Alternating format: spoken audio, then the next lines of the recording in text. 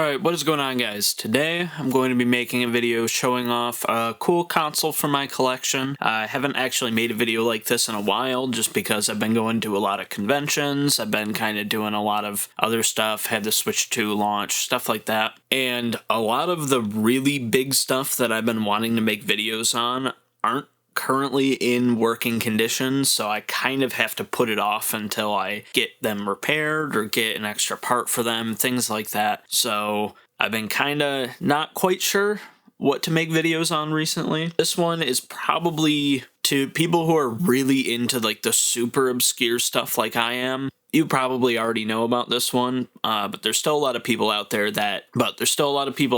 who have never seen this before or don't really know a whole lot of like the backstory on it. So I thought it would still be something cool to show off. And that is this little console right here. This is a Famicom, was not made by Nintendo. This was actually made by Sharp. So Nintendo and Sharp did have a partnership kind of in like the late 80s into the 90s. They worked together on a bunch of like kiosk hardware, so a lot of like the Famicom box and things like that. There was also a Sharp variant. They made all of the TVs, so like the NES TV, the Super Nintendo TV, those were all designed by Sharp.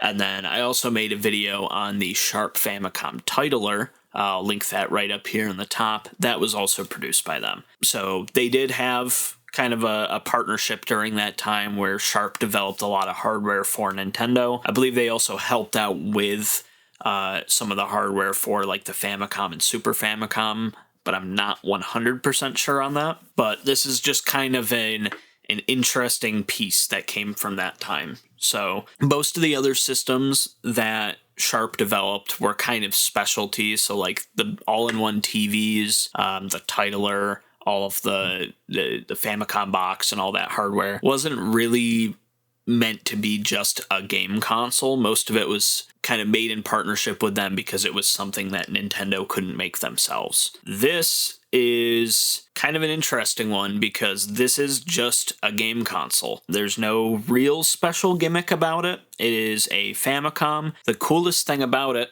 is that it actually includes a Famicom Disk System. So you don't have to have this separate box, you don't have to have the RAM adapter. All of that is just built right into the system, which is really cool. I'll open it up and show you guys later in the video. Inside, it is basically just a Famicom and a disk system next to each other. There really isn't a whole lot of special hardware in here that makes it that much different from a standard Famicom, but it is just a really cool, really nice all-in-one package. It is also one of the best Famicom systems to own, because all of the original ones were RF only. And this actually has AV out, which isn't super crazy because Japan's version of the top-loading NES, which all the Famicoms over there were top-loading, but their version of the top loader was called the AV Famicom, and it also had composite video. So it wasn't something super crazy, especially at the time, because I believe this came out after. But as far as somebody over here in North America, if you're looking to get the best all-in-one system for playing Famicom Disk System, this is pretty much it. So I originally purchased mine on eBay a couple years ago. It was not fully functional. There were some issues with the disk system. I had to kind of adjust it a bit. I don't know if it still works because it's been a little bit since I've used it, but we'll give it a try. I'll hook it up. I've got a couple games here. I've got Super Mario Bros. 1, and then I also have a Doki Doki Panic right here, which everyone knows the story. It's Mario 2. So I've got a couple things to kind of show off and try out. Neat thing with this, there were actually two different models. This is the first model, so this one's not super crazy. It just has like your normal Famicom controllers. They are hardwired to the system, and then they just kind of sit in this little tray back here. There was also a later model called the Twin Famicom Turbo. That kind of has a stripe that goes all the way across. It doesn't have this rounded section on the top. That one actually has turbo controllers. So instead of just the standard A and B, it also has two buttons up here, which just rapid fire. So I don't have that one. They're pretty much the same thing aside from just the turbo buttons and the design. Internally, they look pretty much identical. It's just a slightly different shell. Something kind of nice is that this does have a very similar mechanism to the Super Nintendo for ejecting cartridges. So you've got a game sitting in here. There's actually a little button down there. If you press it, it just pops it right out. The original Famicom here is kind of similar, but instead of having a button that you press down, it's a little lever that you slide. So it's a little bit different. It just feels a little bit smoother, and I can see why that's kind of what they used for the Super Nintendo. Works super well. And then above the eject button here, there is also this little switch. This is what pretty much engages that built-in RAM adapter that it has. So if it's flipped down, it's just a standard Famicom. You can put a cartridge in, it'll just play directly off the cartridge. If you flip the switch up, it actually locks that cartridge slot so you can't put anything in there. This is what actually inserts that RAM adapter and allows you to play games off the disk system. So what I'm going to do is I'm going to open this up, kind of show you guys the internals. I'm not going to go too crazy and take the whole thing apart because it is pretty simple. And if you ever find yourself needing to take one of these apart to work on it, like I said, most likely your problem is going to be with that Famicom Disk System. These are super easy to take apart. It's just, I think 7 screws down here, and then the top half just lifts right out. And those 2 boards are pretty much completely exposed from that point, so you can kind of do whatever. For me, when I repaired that disk system, I just used a guide for a standalone disk system unit, and internally it is identical. Alright, so I believe that's all the screws. Top piece should lift up. There is a little wire here. You just have to be pretty careful and unplug it. There we go. I believe that's actually for this switch. Somehow, I'm not sure exactly what that does, but it's there.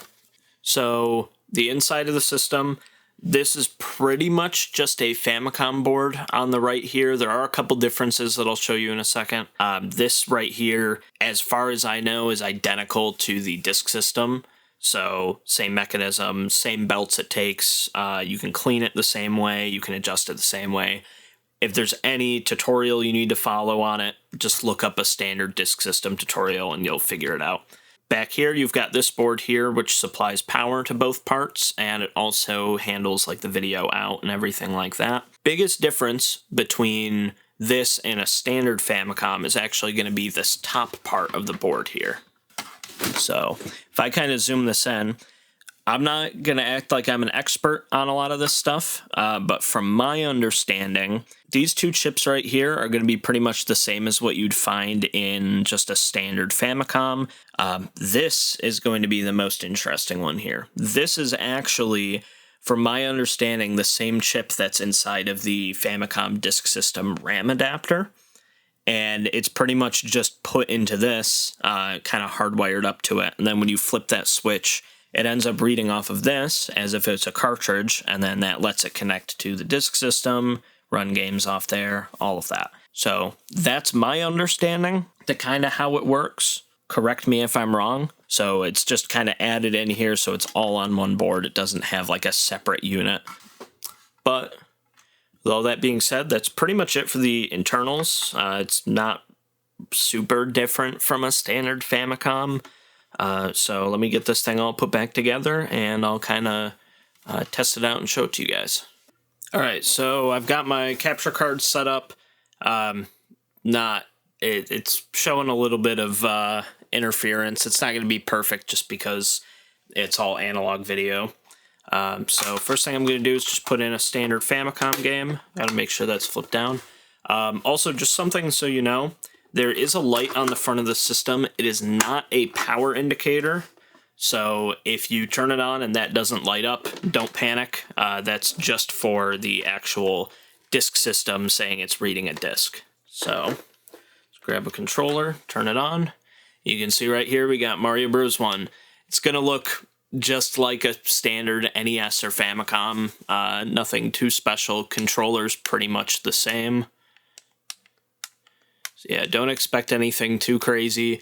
It's not like the titler where it's going to have like insanely good picture quality or anything. Weirdly, the controller, while being pretty much the same as the standard Famicom, it does have, like, the buttons do have a little bit more kind of a stiff feel to them. I don't know if that's just because mine hasn't been used as much, or if they were actually designed differently. I would assume that they're the same, but they just feel a little different. Okay, and so first level Mario 1, nothing too crazy or anything like that.